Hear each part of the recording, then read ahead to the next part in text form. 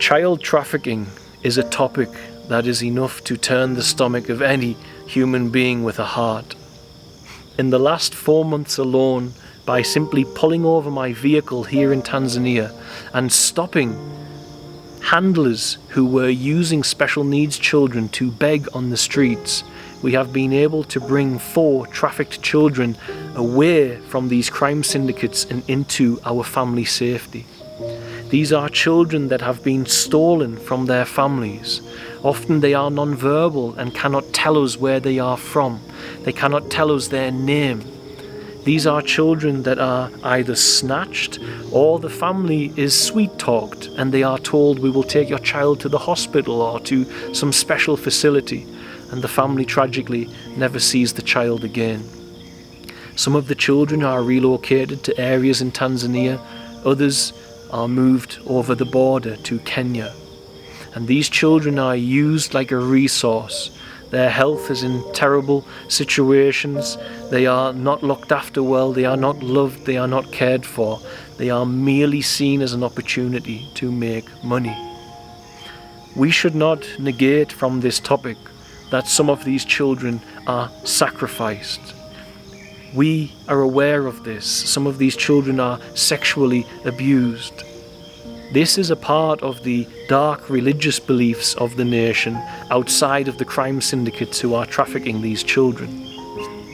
We, as the Creator Share, have taken a stand against trafficking. We've taken a stand against child sacrifice, and we've taken a stand against child sexual abuse and ritualistic child sexual abuse. This year is the national elections of Tanzania. And for all the government is a beautiful government, and they have achieved so much change. It is still a nation where the Ministry of Home Affairs had to put out announcements in historical election times to remind politicians that black magic is not acceptable in the political sphere. That is because in a nation with these dark beliefs still fading out, there is an industry for kidnapping children, for sacrificing children, for organ harvesting children. We therefore have decided to stand between these children and whichever parties are creating a demand for them. And we have called that Tutawalinda, which is Swahili for we will protect them. This movement of ours will require assistance to ensure that these children are not trafficked, to ensure that people report trafficking, to ensure that people are not thinking of getting involved in child sacrifice this year. It all will require awareness, and it will require our team to be going out with security to bring these children to safety. If you are interested in Tutawalinda and the cause and the motivation for us fighting for these children, there will be a link at the bottom of the page where you can find out more information. Thank you for the love and support, guys. We simply couldn't do what we do without it. God bless. We will protect them. Bye.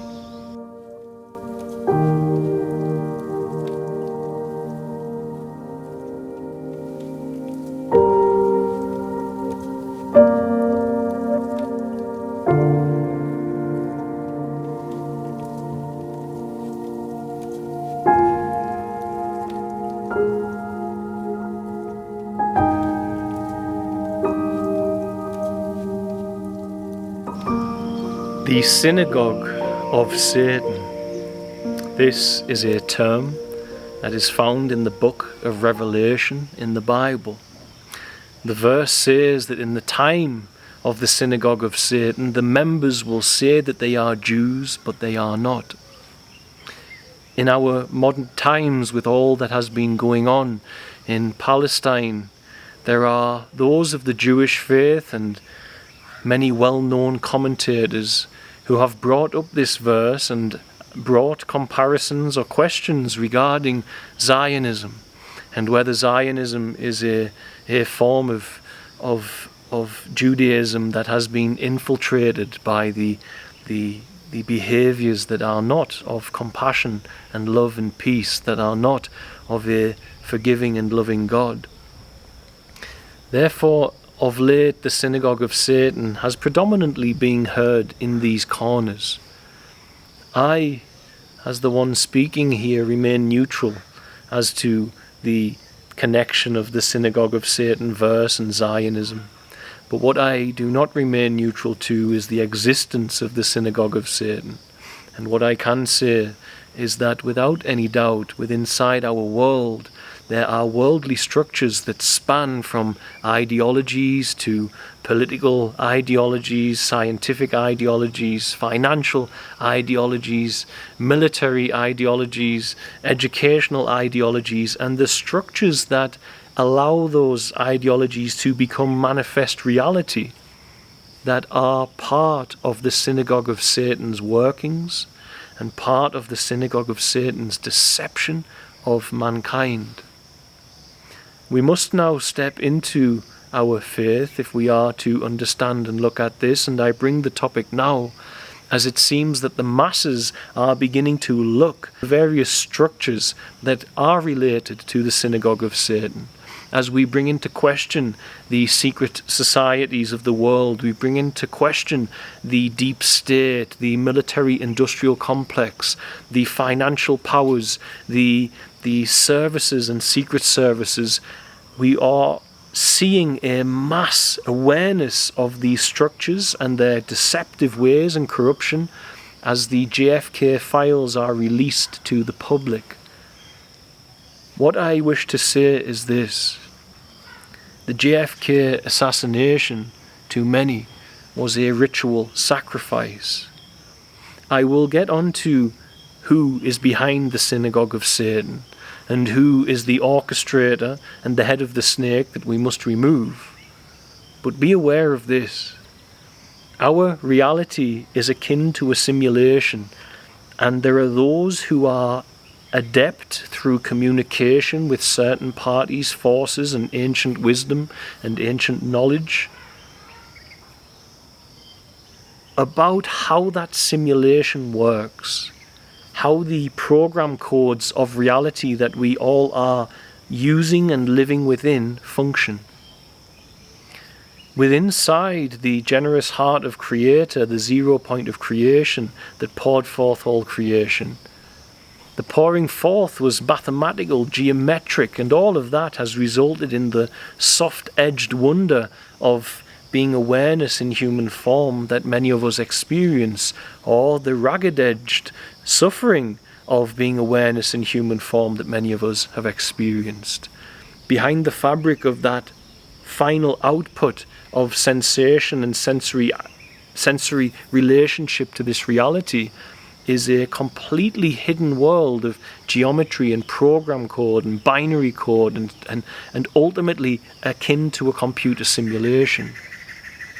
The Synagogue of Satan, who has a multitude of societies and so on and so forth, they believe deeply that the original source code programmer is something to be rebelled against and controlled. Therefore, they have taken the sacredness of the source code and they have often taunted that which we have called the original creator. We can point at with the term Christ. It's just a word to point at original creator. And they have recognized certain elements of the structure of our reality.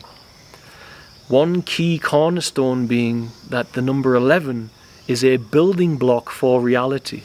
It is a pyramid number. 11 times 11 is 121. 121. 111 times 111 is 12321. 1111 times 1111 is 1234321. It continues like this. Whenever you multiply ones, they always build a pyramid. They ascend and descend. This is a cornerstone of the fabric of reality. The Synagogue of Satan use this in their religious belief systems.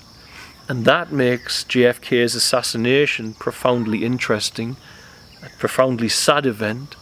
But in the realm of understanding whether it was an assassination or a ritual sacrifice, we need look to see there are some clues that the synagogue may have outrolled a ritual sacrifice. That year, JFK signed Executive Order 01111. Months later, on the 22nd of the 11th, he was assassinated or he was sacrificed. It depends upon the perception of the one who looks at this historical event as to which category this falls within. It depends on the framework by which you decode your reality. Executive Order 1111 was an order that would ultimately end or begin about the erosion of the Federal Reserve. The Federal Reserve being one of those physical structures within inside the human story that the Synagogue of Satan relies upon. Therefore, when that decision was made, one would hazard a guess that members of the synagogue that were around JFK had the order to be 01111, had understanding of what was to come, that they would taunt the Creator for a man who wishes to stand with truth, who wishes to stand with the best interests of humanity, bringing about an end to war and bringing about an end to a deceptive financial structure, would be a perfect sacrifice. And therefore JFK could be an assassinated president or could be a martyr. It depends how one perceives the reality around them. 1111, of course, is that pyramid number. The 22nd of November, 22 is a multiple of 11. It is 111111 ultimately. Numerology matters to the synagogue. It matters to them as it's part of the fabric of reality that they manipulate. These huge events that traumatized human consciousness, such as the death of JFK, such as 9/11, they are always peppered with this unusual numerology. September 11th, 9/11. A building that had 110 floors was hit by Flight 11. The collapse of the building created the ground zero, which became the 111th floor of those buildings. The date 9/11 is 111 days before the end of the year. This set of numerical codexes are not coincidental. They are arguably, if you are to say coincidental, bordering on mathematically impossible when you understand what the synagogue believes about these numbers. The synagogue believes in orchestrated, meticulous deception. They believe it is a virtue and a power for humanity. They believe those who do not believe in deception and believe in truth are a weaker element of the species, and therefore we are prey. It's okay to control us. They believe they are chosen and that their God allows them to do this to us. The Synagogue of Satan, therefore, if we zoom back out away from this numerology I've mentioned and the potential of it pointing towards JFK's death being a ritual sacrifice for this conglomerate and collective of societies and their structures that worship this darkness, this deceptive force that wishes to manipulate humanity, rebel against original creation. If we zoom back out, the greatest deception that has ever been thrown over humanity is that we are a species that is not facing off with interdimensional or spiritual forces that are influencing us. And therefore the Synagogue of Satan has a heart. And that heart, if you use a visual, is like a seed. If you can imagine a seed under the soils of earth, and it wishes so desperately to break through and see the light of our world. But that seed cannot break through unless it is watered, by the energies of those who are living above the soil. And unless the surface of the soil, which is the activity, the behavior and the mind of humanity, breaks in agreement to allow that seed of the heart of the synagogue, these other dimensional beings, to germinate inside the human story, inside our world. Humans have become complicit with behaviors that align their frequency with that seed in the soils, as it were, the other dimensions, to the degree that that other dimensional force can enter humanity at its will at this point. For so many humans are opening themselves up in a frequency range that connects to that underground seed, and so it is germinating. It is sprouting new shoots daily inside the story of mankind. Now, within that, there are also those who have a direct, open relationship with the seed of the synagogue. In other words, there are societies, religions that are in practice to communicate with the heart of the synagogue of Satan. They have open communication, direction, and instruction from it. The difference between the two when it comes to the elitists is that there are those who do not believe that the heart of the synagogue even exists. They are part of the deceived masses who do not know that another dimensional force is influencing humanity. Therefore, you get these Hollywood personalities and groups. You get these Epstein Island situations, and many parties that are involved in these seemingly dark gatherings are, through their complicit behavior with the frequencies that the synagogue of Satan's heart desires, no longer themselves, yet they have no concept due to the arrogance of their belief. They don't believe there is another dimensional force. They don't believe it at all, and as such that force influences their thoughts and direction so much that they think that their thoughts are their own. They think their beliefs and expressions and wants and desires are their own, for they have spent so long in the complicit worship of the spirit of this world, the seed of the synagogue of Satan, that it is persistently germinating through them, and they have no awareness of it. There are those, however, who have awareness of it and connect with it and speak with it. And those are the parties that are orchestrating the structures and institutions within our world that can lead a human mind to murder or sacrifice a president, that can lead a human mind to kill another human being, that can lead a human mind into so much division that we are willing to fire bombs and missiles at innocent children. You see, the synagogue of Satan relies on the following.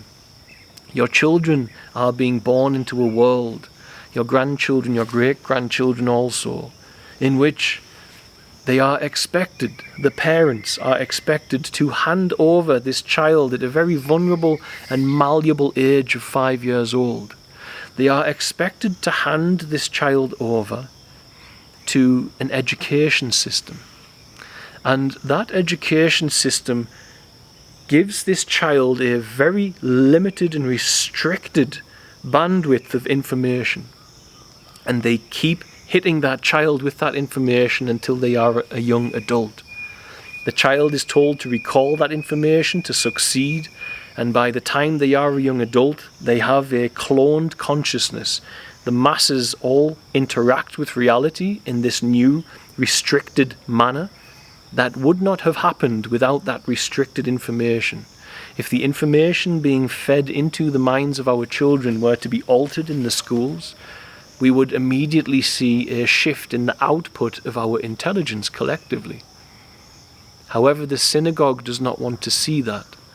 The synagogue wants to see humanity as what must be understood is it is our soul that the synagogue focuses on, not our persona, not our personality. It is all about our soul. And so what the synagogue does is it takes the soul and by any means possible makes it create an identity that is connected to physical worldly structures that it has designed and has control of. So we have a worldly identity based on our education, based on our financial systems, based on our military systems, our religious systems, our entertainment systems, our political systems. And so long as the human organism continues to allow its mind to generate a very rigid thought-based identity that is attached to the structures that the synagogue has created, then the soul can be maneuvered into states of frequency where the synagogue can feed off of it, where the synagogue can harness its energy. This goes into a space that is way beyond the perceived reality of the vast majority of human beings. But your reality is not what you think. Look at the Pyramid of Giza discovery. You have this week announcement that they have these pillars, these spiral pillars going down, and then these 2-kilometer structures at the bottom. This is a technology that humanity has forgotten or has been suppressed from. This is where the speaker often says, why does every town and city have an obelisk? What is this energy grid that we do not understand, that the synagogue does understand and we do not fully grasp it? What energy are we channeling into the lifeblood of this planet, and with it the fallen that are inhabiting this dimension as and when they please, by having these stone obelisks in every town, village and city nearly in the West? What is going on with this, first of all, symbolic obelisks, and second of all, the energy that we are emitting? Is it being harnessed and channeled to a location we don't understand? There is much that humanity must awaken its mind to its inability to understand. And the Pyramid of Giza this week is a great time of revelation to say, we have no idea. And that's a relaxing thought, instead of rigidly clinging to the notion that you are a knower and you are special. Let go of that knower and become free. Become free to allow your awareness to be malleable once again. You see, deep inside all of mankind is a call for freedom and a call for truth. That's why the JFK files fascinate mankind. Our identities that are hooked into these systems, these identities are precious to the synagogue. Therefore, when JFK signs an executive order that would begin the erosion of the financial, physiological structure that the synagogue is relying on to retain humanity's awareness locked in these thought-based identities, which allows the soul to be directed into behaviors that it favors, is something that they cannot tolerate. And as such, in the perceptions of this human, the language that this human would use is that JFK was ritually sacrificed. Using the 11/11 and using the 22/11 date, it was a taunt to the original creator who was persistently trying to set humanity free, calling our souls, our awareness free from the bondage of our mind, the bondage of the synagogue's identity it's given us, and into our true power. Those who begin to leave the identity prison of the mind, they are quickly either assassinated or they are pulled back by demonic attacks. For as they leave, they become the greatest threat to the synagogue of Satan. A spontaneous human organism that is animated by the all-knowingness and the compassion and love of Christ. They cannot predict a connection to the all-knowingness, for it is a dimensional reach beyond what they have achieved and attained through their technologies and their rituals. So a human that opens that channel and begins to affect change in this world is profoundly dangerous to them. You see, the head of the snake matters, and there are many a man and woman who are speaking against these institutions of the synagogue. People are asking, is it the CIA? Was it Mossad? These are all simply ideologies and institutions that the synagogue has little concern about. The synagogue, the heart of it, it does not care what your ideology is. It does not care what your belief system is.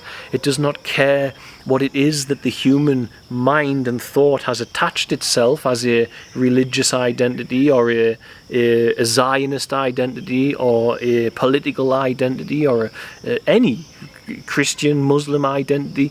The synagogue does not care. So long as you attach deep-rooted into these identities the opportunity to animate your intelligence in a way that is deceptive, uncompassionate, that is willing to kill, is accessible to them. Therefore, the head of the snake of the synagogue, is to cut off that which allows the seed of the synagogue, the heart of Satan, to give birth to itself in this world. Well, if you want to cut the seed off, you must simply place something over the soils that allow it to burst forth into this reality. And you, as awareness, are that something. If you have pure attention and awareness to the identities that you have been tricked into, you will begin to stop the germination of the synagogue of Satan in your own life and collectively. These interdimensional forces do not care. They don't care what we as a species have managed to convince ourselves and our children of, and our grandfathers convinced us of, so long as we are willing to kill for it, so long as we are willing to lie and deceive for it. That is all that matters. To the heart of the synagogue of Satan, all that matters is humanity's willingness to live in such a decrepit way. They could have you worshipping the notion that a cat should be the king of the whole of the world. A cat that doesn't speak English or anything of this matter or any language. So long as humanity is attached to an idea, so long as it is willing to separate from one another based upon this idea and this idea, our intelligence can become a collective output that creates suffering and pain and deception and lies and harm. This must get through to people, for their identities are so connected to the multitudes of structures that the synagogue has control of, so connected to these political ideologies and movements, that the identity is so rigid that we as an energy form are living for an identity. And that identity is ultimately nothing but a collection of thoughts that's held in place by a financial system that you never created, by an education system that you never created, by a political ideology or religion that you never created, all creations of human thought. And therefore the sacred is what they fear. And where is the sacred found? For when we find the sacred, we cut off the head of the snake. It is hard to walk humans to the sacred. Yeshua tried to bring you to the sacred. Many have tried to bring us to the sacred. And the sacred is here, and it is now. And it does not include a birth certificate identity. It does not include a identity that is entrenched with political ideology or religious ideology. It is the ability for the soul that you are to connect with the sacred hand of God, the program codes of original creator, here and now. When that takes place, when humanity finds itself free of the identities that these structures that the synagogue have managed to hold up as options for us as we incarnate into this world, we are born and we follow this particular financial system, this religious system. And that structure is continuing to haunt humanity, and the synagogue have been wise in their approach. Anything that any human being does to threaten these physical structures en masse that may result in the mass collective identities that we all hold, beliefs in these structures fading away or crumbling away, will be opposed by the synagogue. For above and beyond everything, the synagogue fears that humanity awakens to its true power.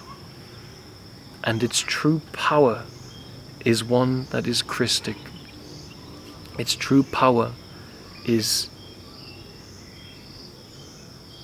a power that stops the heart of the synagogue from germinating inside this world at all.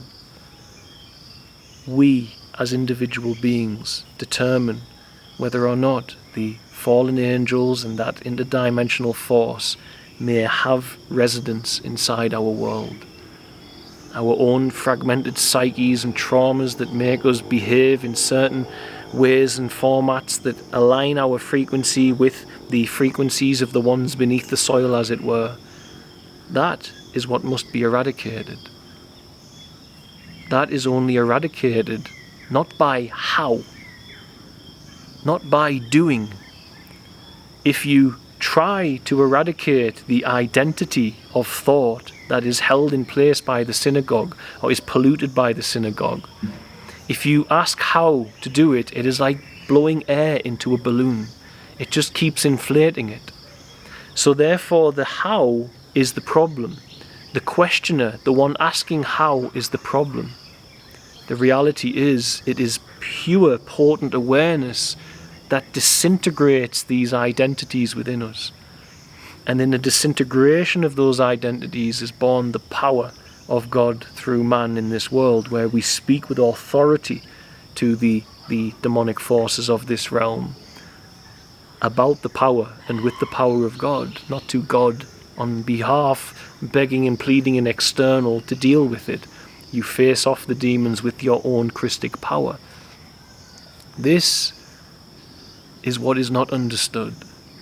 This is where humanity is faltering and stumbling around in the dark.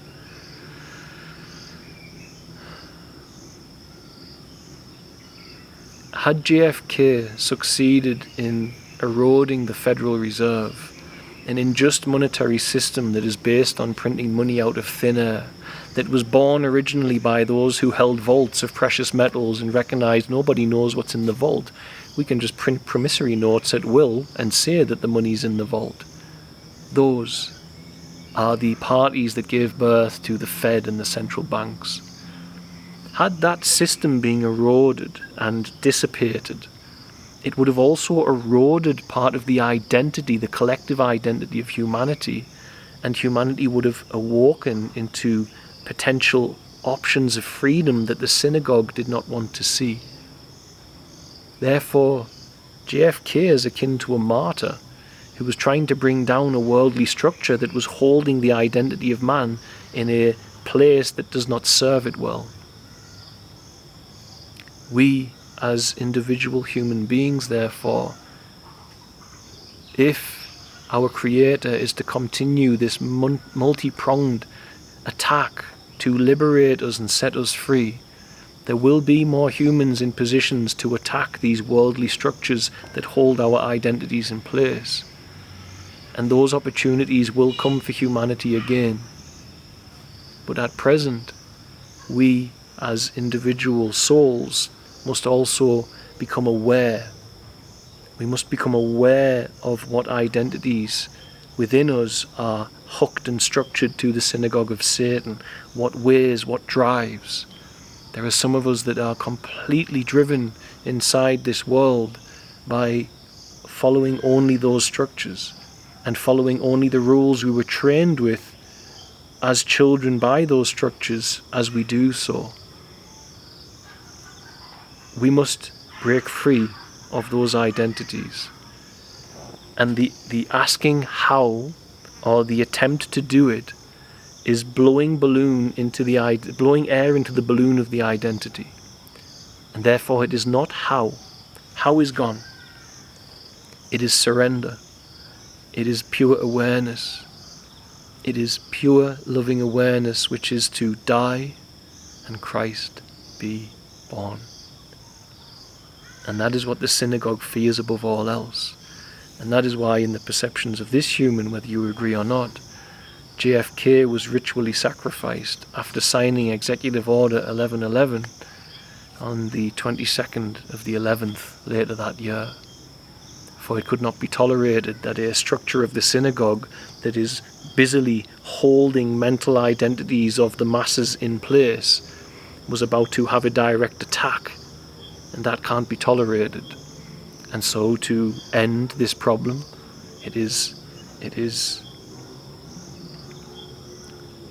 common for the fallen to taunt our Creator, and therefore use these sacred numbers for the times at which that they would sacrifice or assassinate, however you perceive it, somebody who is fighting for the freedom and justice of humanity. The world is but a stage, and we are the audience.